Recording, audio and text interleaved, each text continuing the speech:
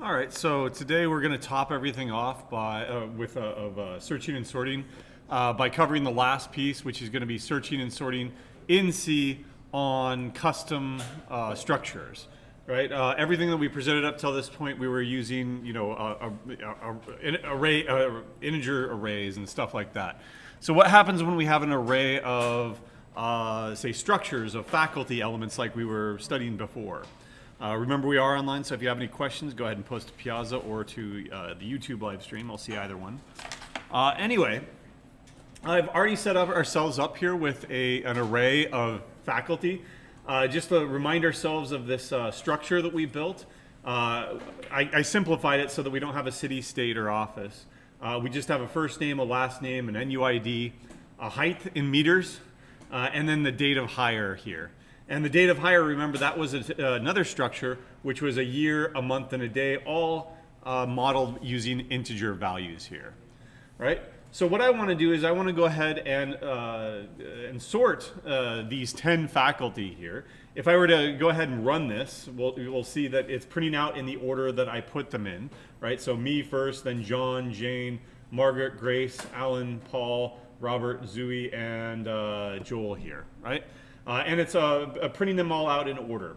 It's printing out all their information. So it's printing out the last name, the first name, the NUID, the date of hire, and then the height, right? So what I want to do is I want to sort these things after I've printed them out, right? So remember that we need to use qsort, right? And to use qsort, we need to provide the array, how many elements are in the array, the number of bytes each element takes, and then finally a comparator for that, for the order that you want. So in this case, my array is named crew, right? The number of elements here is just going to be n, right? And how big, when we were sorting arrays of integers, we used size of int. But we're not sorting an array of integers anymore. We're sorting an array of faculty. Not necessarily character, just characters, right? But a faculty member is two strings, in fact. And then also an integer, and a double, and another structure here with 3 integers. So if you read that, this is going to be a pointer, so it's going to be, say, 8 bytes, so we're up to 16. That's going to be another 4 bytes, another 8 bytes, so we're up to 28, let's see, 28, right? And then 3 more integers here, which is going to be 12 bytes. I lost count already, right? That's not how you do it anyway. How do you know how many bytes a faculty takes? Size of faculty, right? And that's why I named this array here crew instead of calling it faculty, right? Faculty, right? Does that look, I mean, it looks okay, but when you come down here and use size of with lowercase f, is that correct? No, that's going to be the pointer of the array, which is only 8 bytes. And we already know that a faculty, the structure, takes way more than that, right? So name it something else. And here it's just the crew of us, right? There we go. All right, so size of faculty. And then finally, the last piece here is going to be our comparator that we want to use. And so that's going to be our focus today. We need to write comparators for a structure, right? Not just for integers, not just for doubles, but an actual structure now, okay? So given this report right here, how do you want to order things? What's one way that we could order things? We'll do several examples, but what's the first one that's most obvious, maybe? Alphabetically by first name or last name, or last name? What if they have the same last name, like there are 2 Smiths here? Actually, there are 3 Smiths. Then you go on to this, the first name. Okay, I like that. Let's go ahead and make our documentation first. Right? This comparator sorts faculty in ... Before I go on, is that correct? Is that the correct term? Does a comparator sort something? Nope. A comparator orders things. Qsort sorts things. Right? So let's go ahead and rename this, or fix this, and say that this comparator orders faculty in ascending or descending order. Is it usual to go to A to Z or Z to A? A to Z. So in alphabetic order, according to the first name slash last name of the faculty, right? All right, so what's my return type going to be? Boolean? Do we have Booleans in C? Nope. We have bools if you bring in the bool library, std bool library, right? So what does a comparator do again? Here are these two faculty. Which one comes first? This one, or, well, they're the same. So an int, something negative, positive, or 0, depending on the relative ordering of those things. I'll go ahead and name this CMP faculty by name, right? Because that's what it is. It's a comparator for faculty, and how is it ordering them? By name, right? And we could say ascending here, but that's the default, right? If you wanted to reversed, or descending or something like that, right? Now, does it take two faculty members, faculty A and faculty B? Is that the proper signature for a comparator? Nope. A proper signature for a comparator will mean that we have two const void star pointers, right? If it's not like that, then it ain't a comparator, right? Because it needs to be generic. We like generic programming because then we only have to write one QSort function for any future type, and we have to conform to that. Okay. Now let's come over here and actually implement it. So help me out. What's the first step in every comparator? Can I say A's, first name, grab A's last name? Is A a faculty? No, what is it? It's a const void, it's a raw pointer, it's a generic void pointer. So what's the first thing I need to do? I need to coerce these types into the proper type. I need to make faculty pointers. So const faculty star, and I can't use A again, so I'll use X and Y, right? Is equal to const void faculty, or not void faculty, faculty star of A. So what did I just do there? This is typecasting. I'm casting A as a const void or const faculty star so that I can have access to its member variables, right? Such as last name and first name. Okay? I'm going to do the same thing for B here, and I'll call it Y. Right? There we go. And there's Y. Okay. Now I have two faculty in my hands here. I've got X and Y. How do I determine which one comes first? I need to now look at their last name, right? So if the last name of X comes before the last name of Y, then I'll return something negative, right? Return -1. Is that the proper way of comparing two strings, though? No. It'll work. What'll it do? It'll compare memory addresses. And those memory addresses are meaningless as far as the actual contents of those strings go, right? So, how do I actually compare two strings? strcmp. I'm going to store that in a variable, and I'll show you why here in a second. Int result is equal to strcmp of last name and first name. Now, the reason I'm storing that in the result is because they could have the same last names.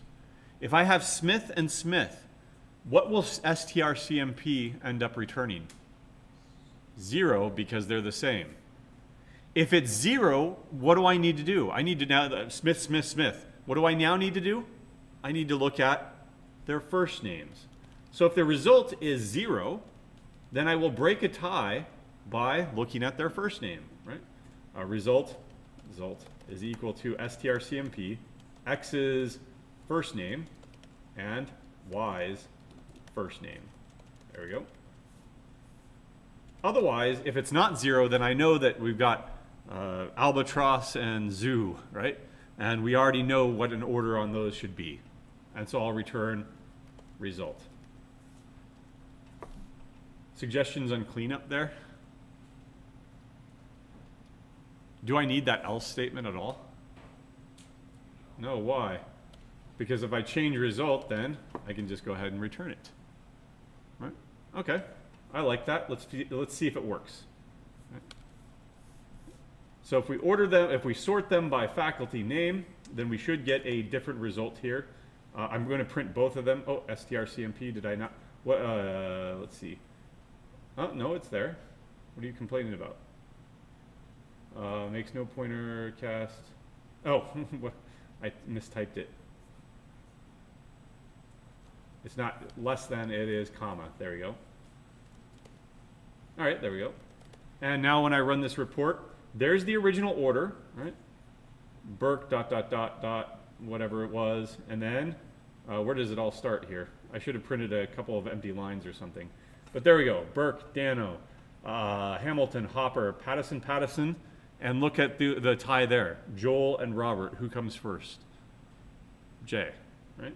And then Smith. There are 3 Smiths there: Jane, John, and Zoe, right? They're all in the proper order. Right?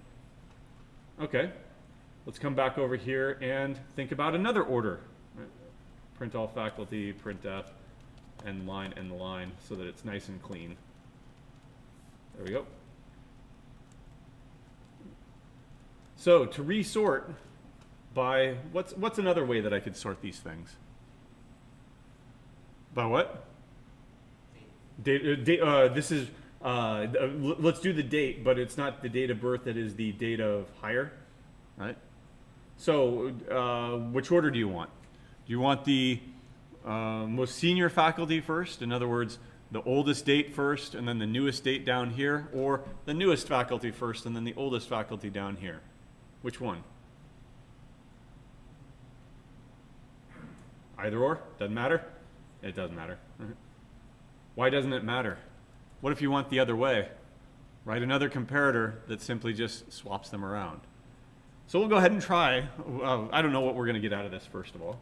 So this comparator orders faculty in by date of hire. With, I'll just go ahead and say the oldest, actually the newest faculty first. Okay. So int CMP faculty by what? By hire date. Right. And it's going to have the exact same signature on its parameters here. There we go. Otherwise, it's not a comparator.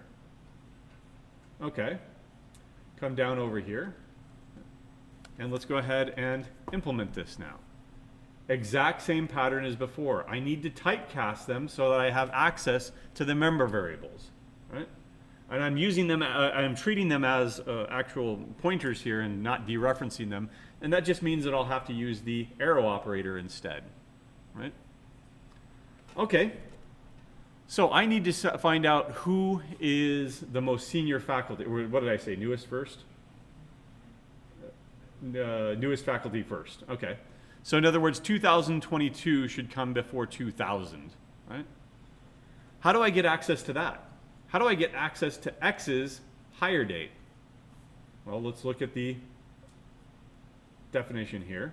It is a hire date, but that's another structure, okay? So, hire date. Right? Now, once I've got the hire date, I need to look at the year first, right? So, dot or arrow for year. Which one is it?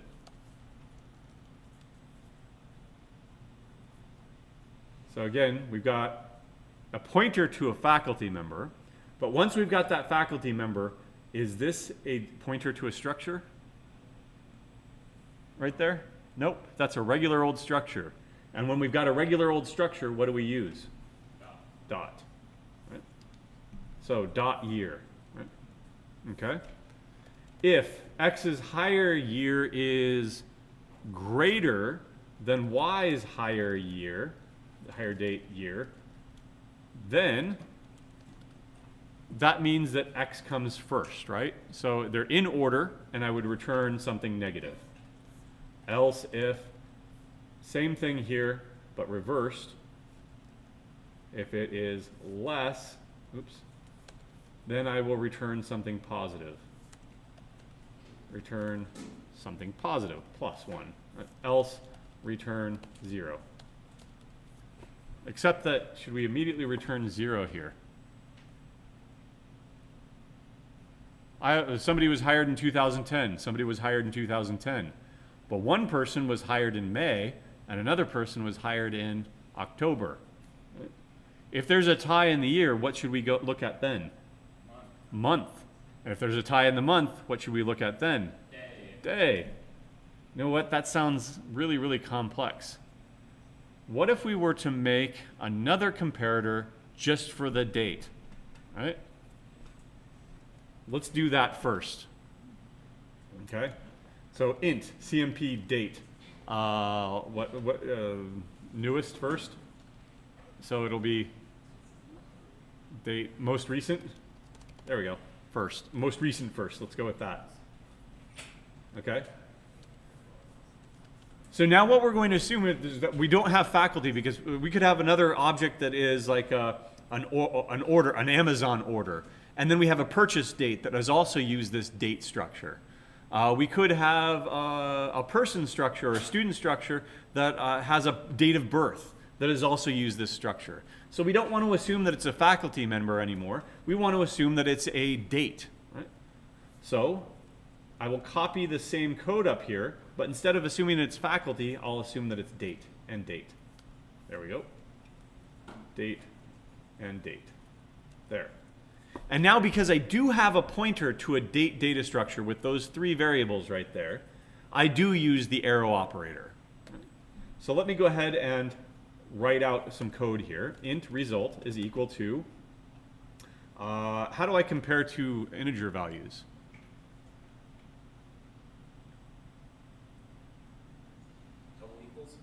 Double equals? Okay. So if less than, greater than, double equals, right? So I could write it out long form here of x's, let's see, year, right? If it's less, or most recent first, so this would be greater than y's year, right? And then we'll return something negative, else if x's year is less than y's year, then return something positive, because they're out of order, right? Otherwise, else. Now we need to break ties, look at the month, ... Right?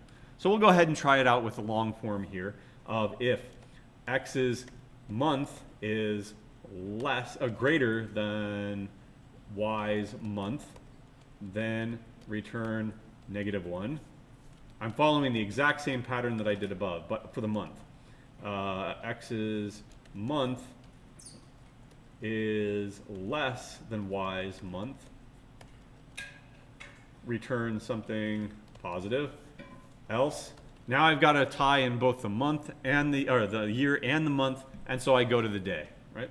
So return if x's day, or what was it, day or date? Day. There we go. Day is greater than y's day, then return something negative.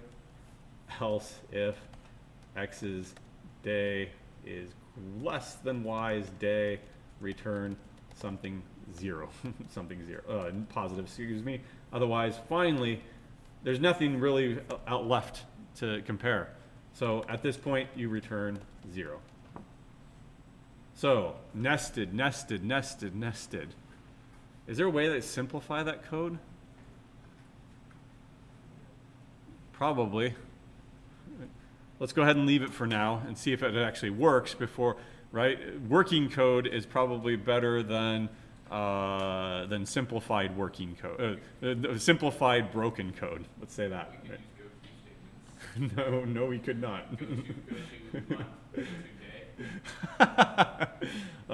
Gross, no. All right, so here is the actual magic here. Once we've got that, how do I use it? So I've got 2 faculty members, right? And remember that I use the arrow operator here to get the date of hire, right? And I've got y's date of hire, okay? And I need to pass those off to this date most recent. Let me go ahead and put that in a header file before I forget, and I'll remember to do documentation. All right. There we go. I won't do it. I'll let you do it if you want to. But otherwise, let me go ahead and try to call this thing. So CMP most recent first, right? So return whatever this is, most recent first. This may compile. At the very least, there will be a warning here, though. Let's find out why. Okay. I didn't even have to turn on the warning flags for that. Let's go all the way to the top here. Faculty has no member date. Oh, date of hire. That's not what I meant to do. What is it? Hire date? Okay. Date of hire, hire date. Which one? Which one should we have done? Hire date? Okay. Because date is on the last part. I agree. We should have. This is correct. More correct. Right. All right. There we go. All right. So incompatible type of CMP date most recent first. When I try to hand off this hire date and this hire date, it is complaining about those two things. Why is that? Hire date, is that a regular old structure or is that a pointer to a structure? Does that look like a pointer to you or not? It's not a pointer. So therefore, it is a regular old structure. Right? That's a regular old structure and that's a regular old structure. Is that what this comparator is expecting? It's not expecting a structure at all, necessarily. But is it expecting something, a normal old variable or regular old variable, or is it expecting a pointer to a variable? It's expecting a pointer, right? That's what the star means. So how do I take this regular old variable and change it into a pointer? Ampersand. Now here's a head scratcher, right? This is trivia 101, or this is terrible trivia. Which one of these things has the higher order of precedence? The arrow operator or the referencing operator? The ampersand, right? I don't know. So you're saying ampersand, are you willing to bet $50 on it? No. No, okay. But the dereferencing operator is higher precedence, so I would assume it's the ampersand. Order of precedence. I'm not willing to bet either because I have no idea either way. I don't know either. All right, so arrow operator has higher order of precedence than the ampersand, so we're good. What would happen if it didn't have a higher order? Then would it just not? Then you should do this anyway. This is what I was going to do anyway. When I don't want to guess, so I'm just going to put parentheses there. So anything in parentheses gets, you like those first? Yep, just like math. Yep, just like math. There we go. And now it should be at least happy about that. I don't know if it'll be complain about other things yet, though. Oh, date. Small d. There we go. There we go. All right. Well, now let's go ahead and modify this so that it actually calls that thing. All right. By name, or let's see. We do it by name. Oh, no. Then we do it by, what was it called? Hire date. There we go. All right, I'm crossing my fingers now that this will work. Whew. So Alan Turing, hired in 1940, is last, and Joel Pattison hired. Wait, not hired yet. I just needed a 2022 year, right? June 21st, right? So. Looks like it works to me, doesn't it? Yep, and let's see, are there any year ties? It doesn't look like there are, but we could change it so that we test it like that. Let's see, who? Me. I'll change it to 2012. There we go. Oh, 7 and 7, so I'll go ahead and go last then. So 8. Right, there we go. And let's see if that works. And there.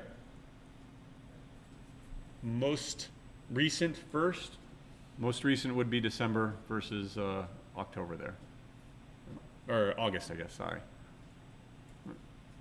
Excellent. That's really complex logic. Is there a way that we could have changed it a little bit? So do you remember one of the tricks that I told you not to do? What if we did a, let's see, minus y year, right? What if I did int result and I took the difference between these two things, right? Now 2000, well, let's just go with big numbers here. 2000 and 1000, right? 2000 minus 1000 is going to be 1000. That's plus, right? So that's, if I negate that, that will conform to this one right here. If those are switched around and I have 1000 minus 2000, that's going to be negative. And if I negate that, then I get positive, like I'm intending right here. Otherwise, 2000 minus 2000 is going to be 0. They're the same thing. And then I make a check. If result is equal to 0, then I have to do the same thing that I did before. Negation of x minus year minus y, or month, sorry. There we go, month.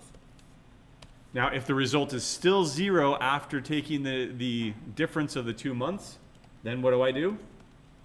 I look at the day.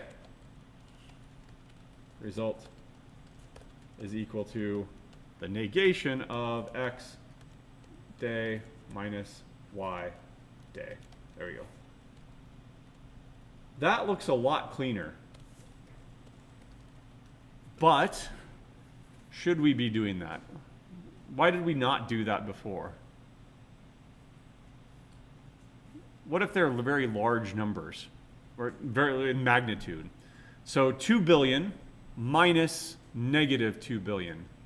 Mathematically, what should that be? 2 billion minus negative 4 billion. Or 2 billion minus negative 2 billion. 4 billion. Can an integer hold 4 billion? Nope. So we have overflow, and instead of positive, it becomes negative. Right? Doing the difference trick is susceptible to overflow, underflow, and when you're using doubles, it's even more susceptible to truncation. Right? So generally, you don't want to do that, but is it okay in this case? Are you going to have any faculty members that are hired in the year 2 billion? Or 2 billion BC, right? Probably not. Right? So if you have the only use case in which the difference trick should even be considered would be something like this, where you have a guarantee that it's going to be very, very small. Now, unfortunately, even with this, there's no guarantee that they're going to be small. If I were using a library that restricted dates to actual values, right, then I would say that you have a case, right? But it's this versus this very long chain of nested if-else-if statements. Okay? I'm going to go ahead and comment that out so that we're not using the difference trick. What if we wanted the most recent last? Oldest first. Oldest first. Again, what would that look like? Negate what we did before. Return the negation of A and B. Or an alternative, I don't want to do a negation. I could be B, A. Just swap them around. Remember, code golf, you could do it with one fewer character there. There we go. And, oh, no, I want the entire thing. There we go. And let's see if that works. We'll sort it and print it out by hire date. Oops, what was I doing? Comp date oldest first. I shouldn't have done that.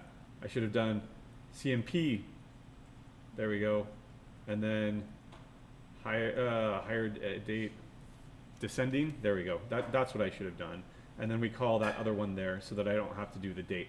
Of course, you could make another comparator just for the dates if you wanted to, but I'm just going to go like this. There we go. Come on. There. All right, and use my comparator, and it should just be reversed. There. And it's reversed. Alan Turing is now first, and Joel Pattison is now last. Any others that we want to see? Otherwise, those are the basics. Now let's go ahead and search for somebody, right? Let's go ahead and search for, I don't know, who do you want to search for? Who was hired on July 1st, 2000, right? Or I want to find Jane Smith because I want to find her hire date. Or I want to find the faculty member with an NUID of 348-23749. Or maybe I want to find the tallest faculty member. How could you go about finding the tallest faculty member? Measuring them. What if I were to sort them? Quick sort in order of height, descending. And if I order of height descending, where would the highest, tallest person be? At the first one. Where would the shortest person be? At the last one. Where would the median height person be? Right in the middle, right? So if sorting not only gives you an order, but it also gives you a whole bunch of ith order statistics, max, min, median, etc. Right? Okay, let's search for somebody by their last name. Okay. So for that, I want to search them. If I'm going to search them, then how should they be ordered? If I'm going to search them by their name. By their name. Right? So let's search for, or Python, search for, I don't know, John Smith. ... John, yeah, we'll just try it this way. Right? So what is the algorithm that here, let me go ahead and sort it by name first. Because if I've sorted it by name, what sorting algorithm can I exploit?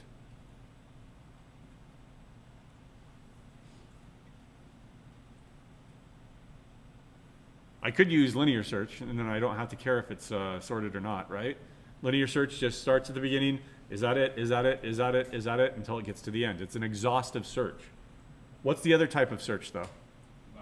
Binary search. And in C, that's going to be B search. Right? And I need a key. Question mark, question mark. How do I get a key here? Otherwise, everything else is exactly the same as QSort. In fact, if it's not exactly the same as QSort, you're going to have unpredictable results or segmentation faults. Right? And this is going to return a pointer, a faculty pointer, to the found person. All right, person is equal to. Now you might be asking yourself, well, wait a second, we're searching for John Smith, say, right? If I have a key that represents John Smith, why do I need to search for him? I've already got him right here, right? Well, that's not the point of searching. The point of searching is that you have what's called a dummy key. Right? And for that, I'm going to go ahead and grab this thing up here. There's John Smith. And faculty key, right, is equal to this thing. There we go. But I don't need to specify all of these fields. If I did specify all of these fields, guess what? I already have what I'm looking for. I already have the data. Right? So what I'm going to do is I'm going to put in dummy data here because I actually want the other data. Right? I don't know what this data is. 0, 0, 0. There. This is what's called a dummy key. Right? It only has the necessary information that you're searching for. Right? Once you search for the actual piece of data, then you have all of the other fields there. All right? Now, how do I pass that key into B search? Let's again go ahead and try to compile this and see what it's complaining about. Incompatible type of argument B search. This is a structure. It's not expecting a structure. What is it expecting? Let's go back up to B search here. What should the key be? A pointer. So how do I take a regular old structure and turn it into a pointer? Ampersand. There we go. Now I'll make a check. If person is not equal to null, oops, null, then I'll print them out. So do I have a print function? I think I do, don't I? We wrote one, didn't we? We have a faculty to string, but I don't think we had print all faculty, but faculty to string. Actually, I'll show you a trick. I'm not going to recommend that you do this in practice, but you can print all faculty, give it a pointer to the key, and treat it like an array of size 1. Cool? There you go. If they're not equal to null, otherwise, else printf could not find person or faculty member. End line. There we go. And now it should be okay with all that stuff. There's John Smith. Except that I shouldn't be printing the key. I should be printing person, right? In which case, I don't need to use the ampersand because person is already a pointer. There we go. There. Is that John? 2015, where is John? John Smith, 2015, 8.1 is 1.85 meters, and there's his NUID. Great. Right, we found him. Right. What if I didn't specify the last name or the first name? Or what if I said anybody Smith?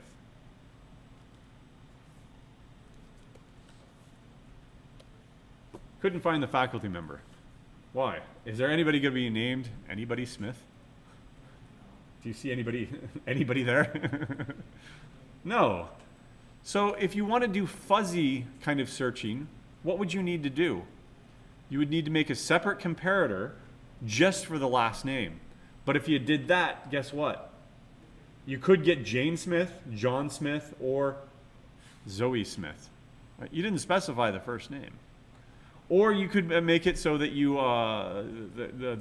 that's what you would do. I forget my second thought. I don't want to get into that. Right? Anyway, or let me go ahead and get rid of these null and null. And I don't want to search by that key. I want to search for me. There I am. 1, 2, 3, 4, 5, 6, 7, 8.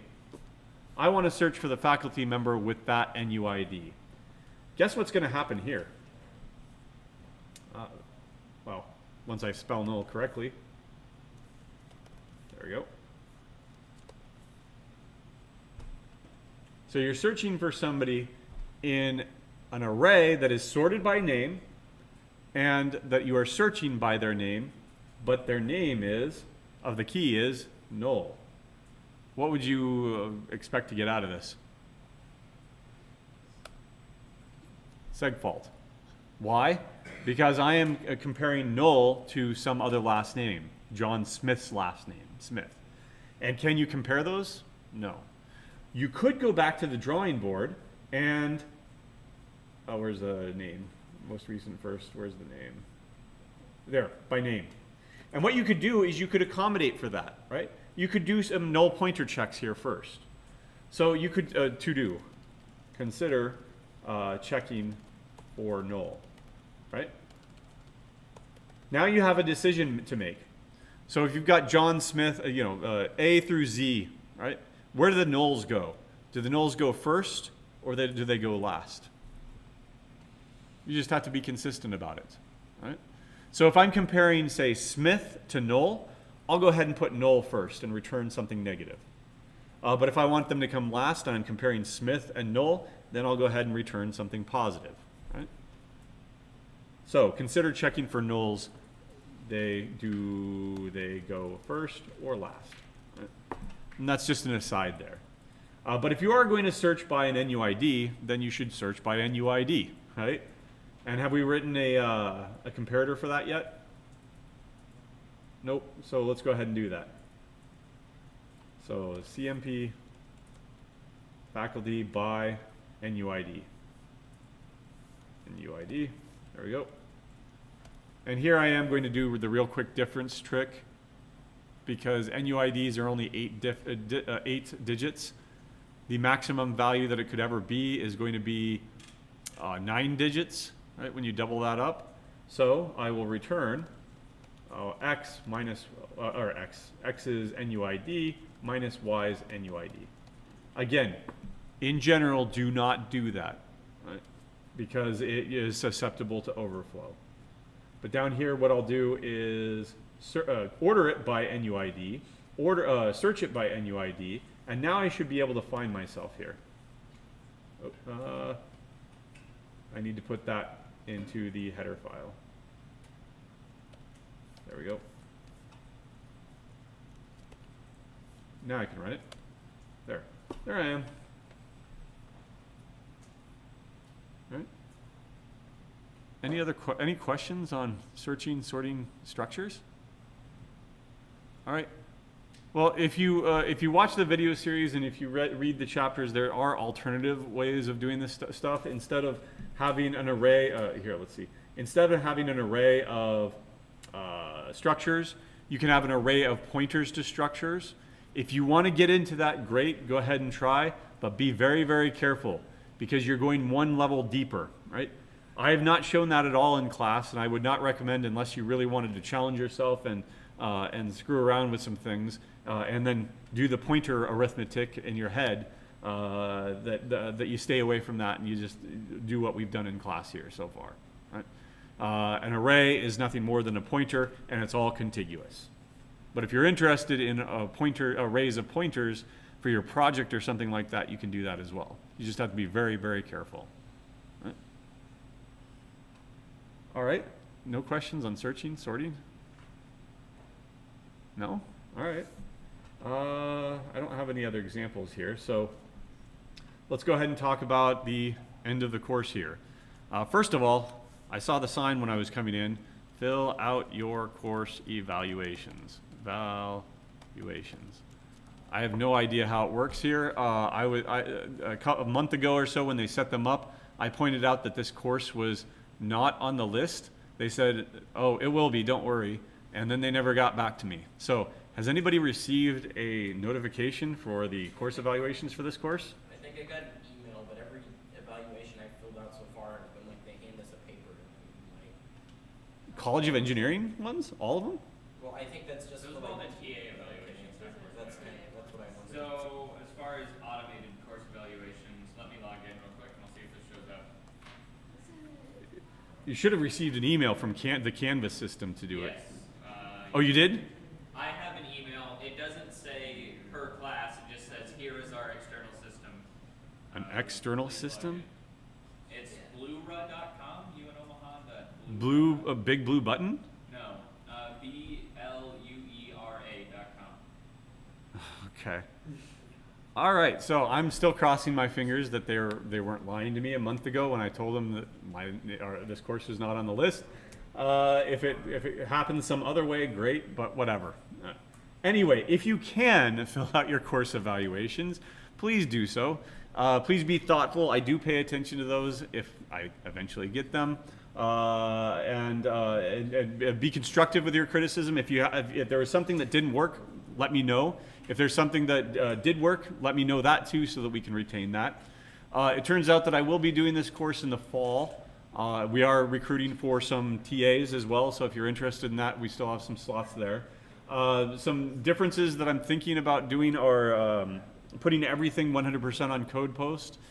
Instead of, right now you hand it in using one system, you grade it using a different system with the same password, but then you're evaluated in a third system.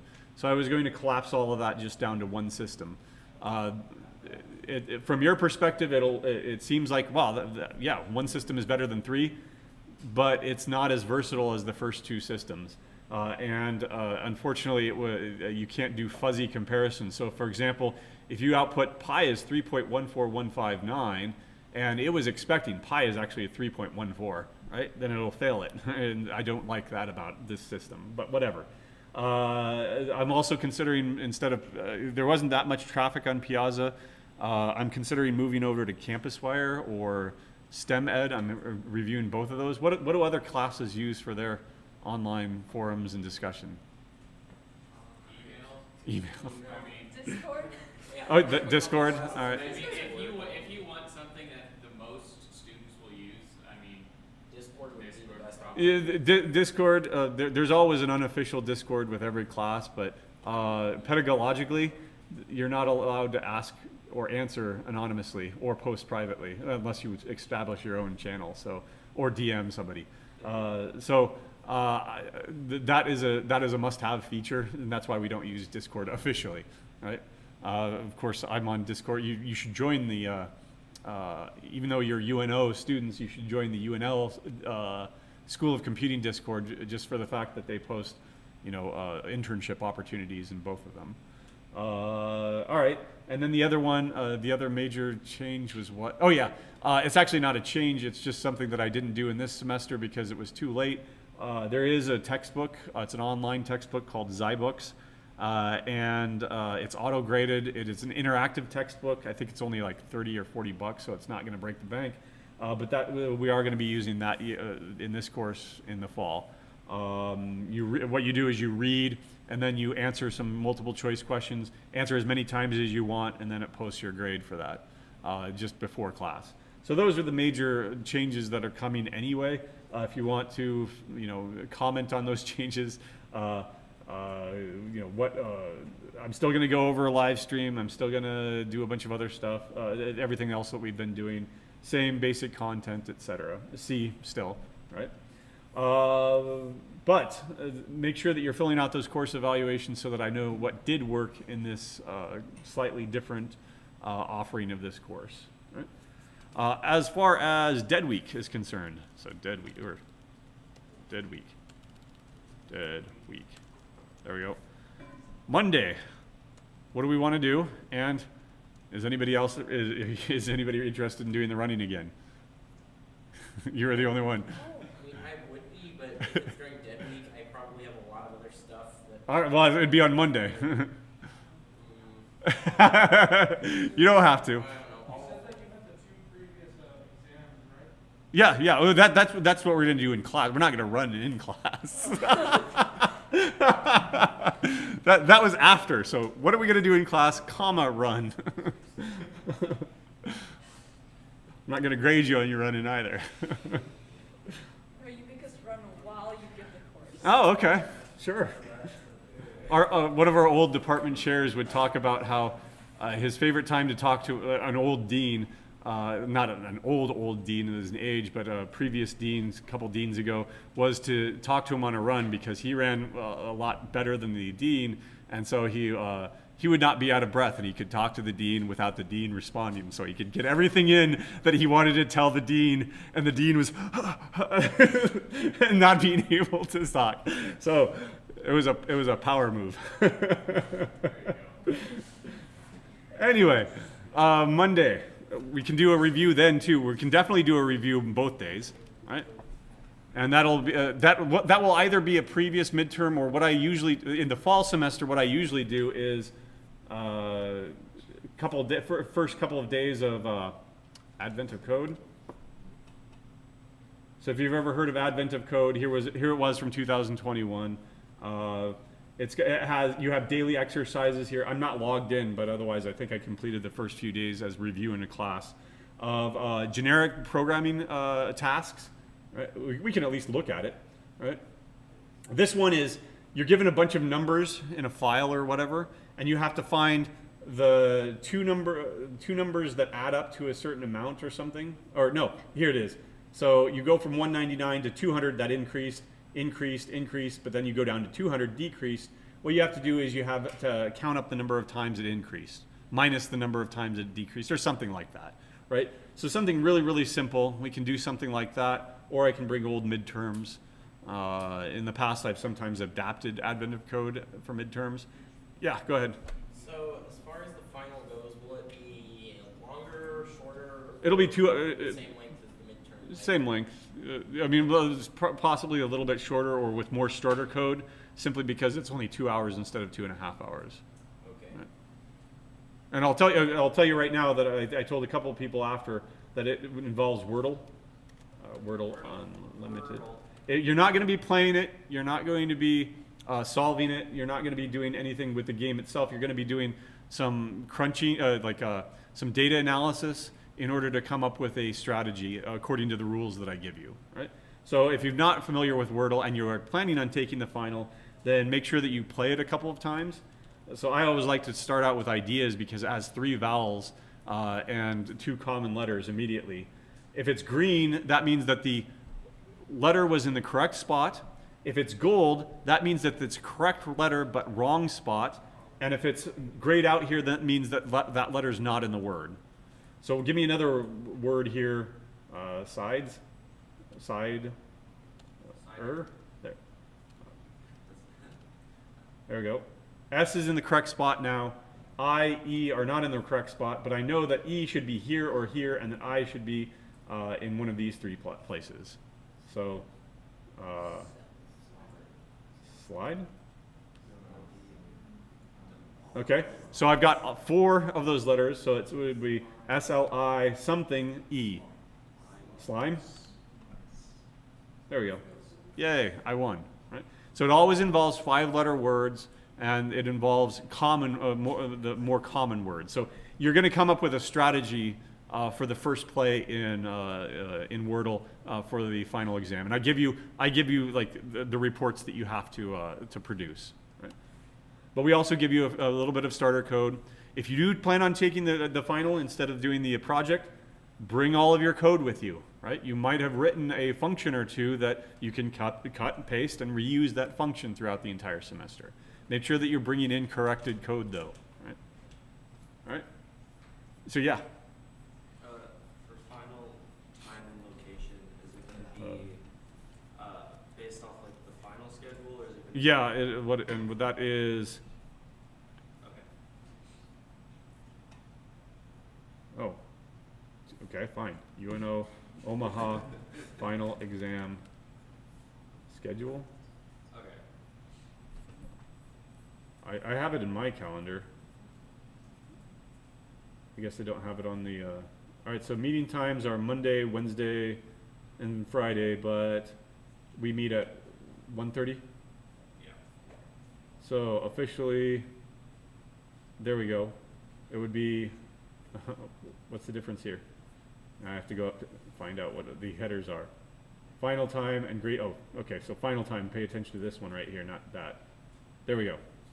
It's the same, it's like an hour after the 1060. What's 1060? The Microprocessor. Oh, okay. All right. So Wednesday, the May 11th, 12:30 to 2:30 p.m. And I imagine it's right in here, right? So bring your computer. this room or to the lab? I don't know. That's a good question, because if you don't have a computer, you'd have to use the lab computers. So let's say the lab. Right. All right. And I think if I haven't asked any of the TAs to proctor, I was just planning on being here that day, so we can take care of anything that day. Right. Again, if you are making the other choice of doing Hack 14 and the final project for a combined total of 150 points, that of course is due on the Friday of Dead Week by midnight. Yeah. Will there be other possible days in case one of our exams is up with this one? I don't think that's possible with the exam schedule. That's why they have the exam schedule. Is it? In fact, it's illegal for any instructor to have an exam time other than that, for that very reason, that they don't conflict with anybody else. Well, it's illegal as in, like, if you can complain about it and somebody might do something about it. Yeah. How long would you say the project would take, like, on average? Would you say it takes a couple days? Is it just like a hack, or what is it? I'd say it's equivalent to maybe 3 hacks total. I mean, it's a retread of a lot of stuff that you've already done. I mean, take a look at it, because you might find it fun. It's a financial fraud detection kind of thing. So you have this very large data set of actual financial data. It's not actual financial data, but it was artificially created from actual financial data, where you have an account, a source account and a destination account, and you're moving money from one account to another account. That changes the balance over here, right? So for example, here's our transaction. We went from this account to this account. It was a deposit of $149,504.20, and that changed the balance by this much. It went from $56,000 up to $205,000, right? And so we've got those balance validation reports that, and this one is invalid. Why? Because there's a penny missing, right? It should go up to 20 cents, not 19 cents. So we're going to report that, and we're going to report the total number of invalid balances. Then we go with fraud detection. How many deposits are exceeding $10,000 and need to be reported to the IRS? How many deposits are approaching $10,000 that are suspicious because they're just under that reporting amount? Right? Repeated transactions, which is also an indication of money laundering, right?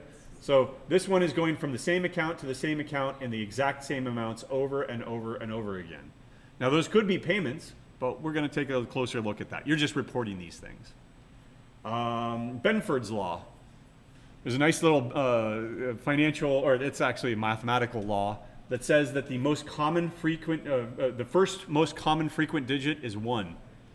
And the least most common frequent digit is 9. Of course, 0 is never the first digit because you don't generally write 0, right?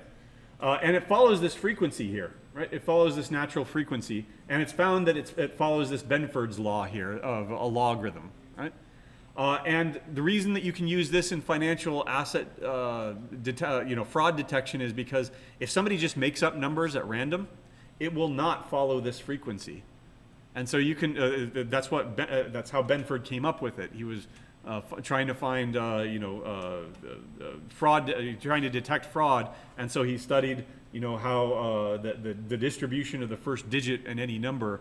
And he came up with, well, you're clearly not following a natural distribution here. So it's probably fraud, right? If you're just randomly generating numbers, right? And then finally, finding data anomalies. This is where searching and sorting will come in, because there are several million transactions in these files. And if you just do raw bad sorting, n-squared sorting, like search, like selection sort or something like that, it will not execute within a week, right? Because there are so many transactions in this data. So you need to be smart about how you find missing transactions. We've got 2 database snapshots. And one thing that you can do with fraud is by deleting a transaction. Oh, that transaction never happened.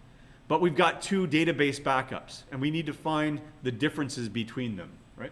So for example, there's an inconsistent data because in the first snapshot, it was, what's the difference here? What is the difference?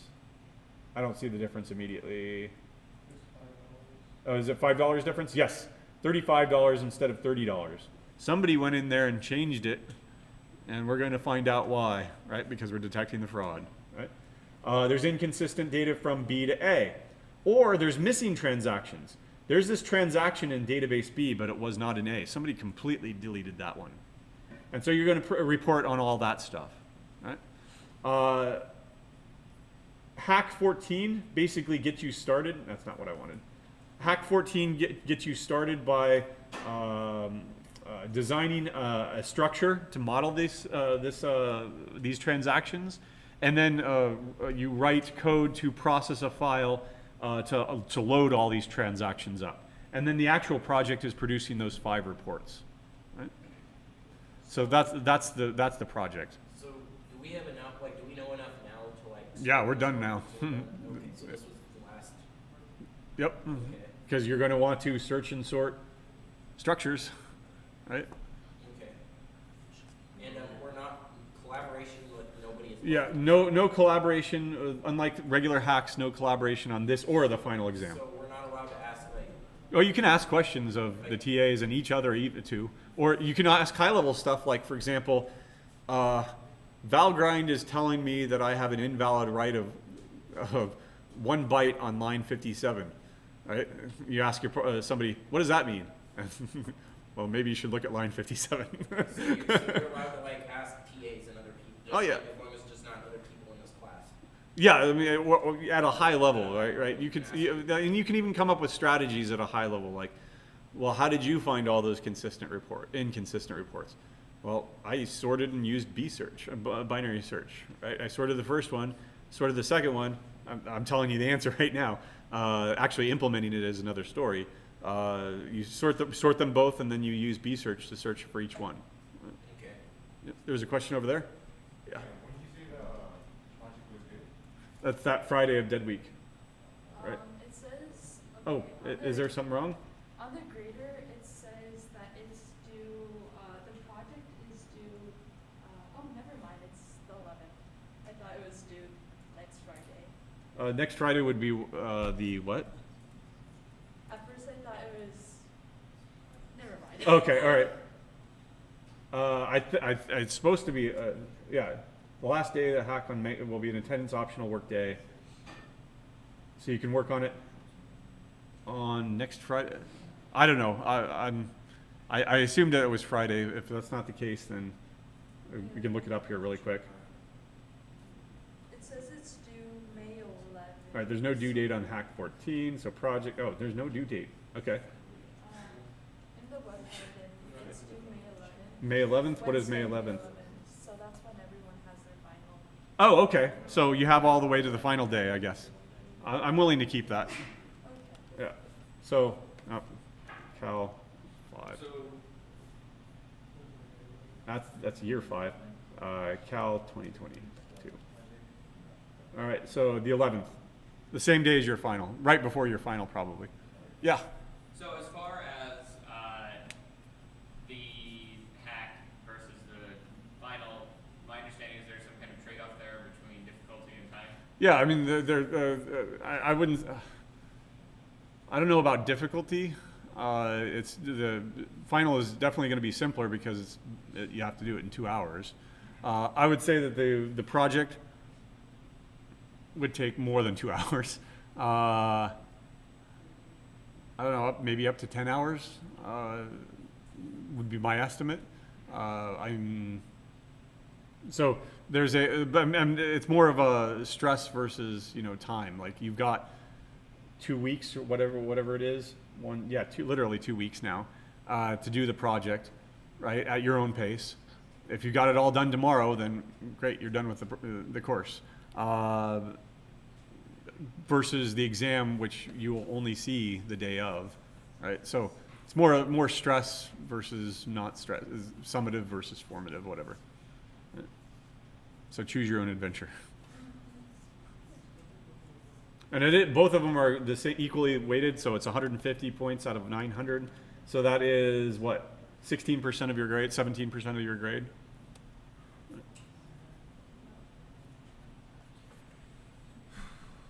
All right, so what do we want to do on Monday?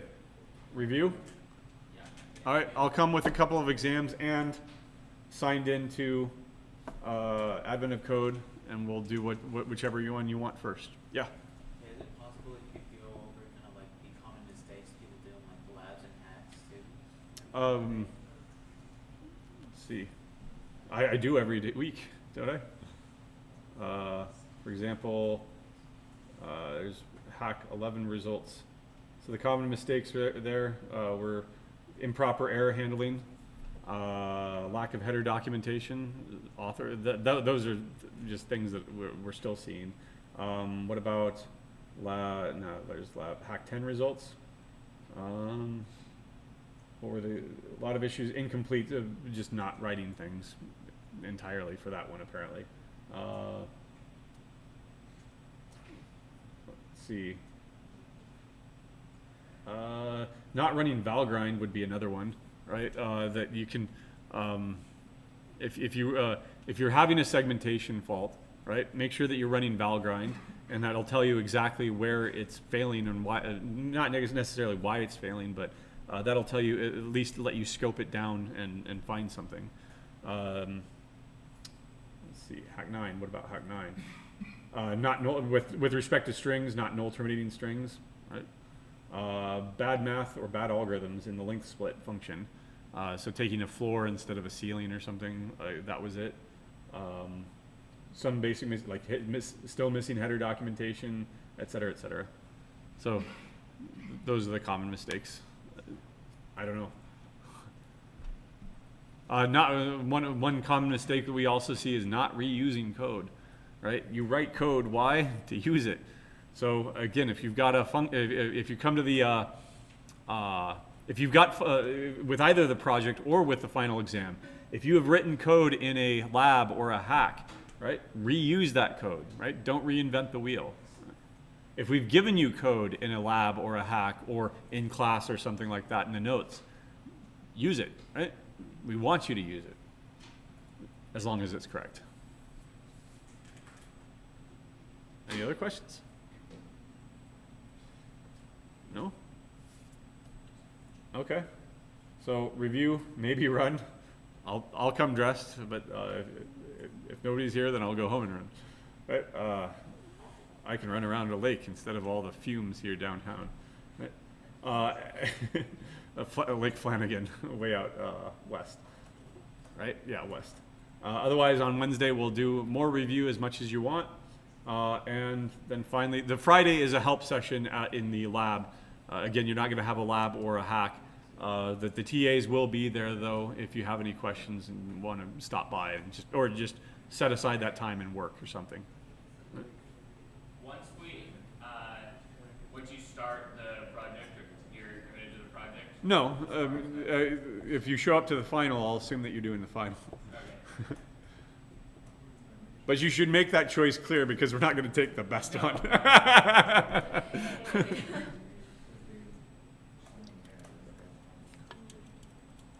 I mean, you'll know if the project works by looking at the grader, right? And again, those data sets are large, and they're intentionally large because if you don't do searching and sorting correctly, it will take weeks to compute. And so the web grader will time out after 5 minutes, I believe. And so you'll know that there's something wrong. Yeah. So what if we just hypothetically like start doing the project and it's just not working, and it gets to the deadline, and then we show up to the final and we can't get the project to work, but we turn it in? Would we have to specify, or what would happen? We'll probably grade all the final exams first, and then if you've got a grade for that, we're just gonna ignore whatever is in the project. Okay. So we can't do like No. You can do the final if the project didn't go well, but you can't fix the project if the final didn't go well. What's the due time on it? I think it's, Okay, so it's due at the same time. Yeah, when you start when you end your final exam. So I guess you could come to the final and work on the project if you really wanted to, but at that point you've got 2 hours and you're not doing the project in 2 hours. I can almost guarantee that. sounds like a challenge. Okay. Are we speed running the project? Good luck. All right, well then, we'll see you next week with full review.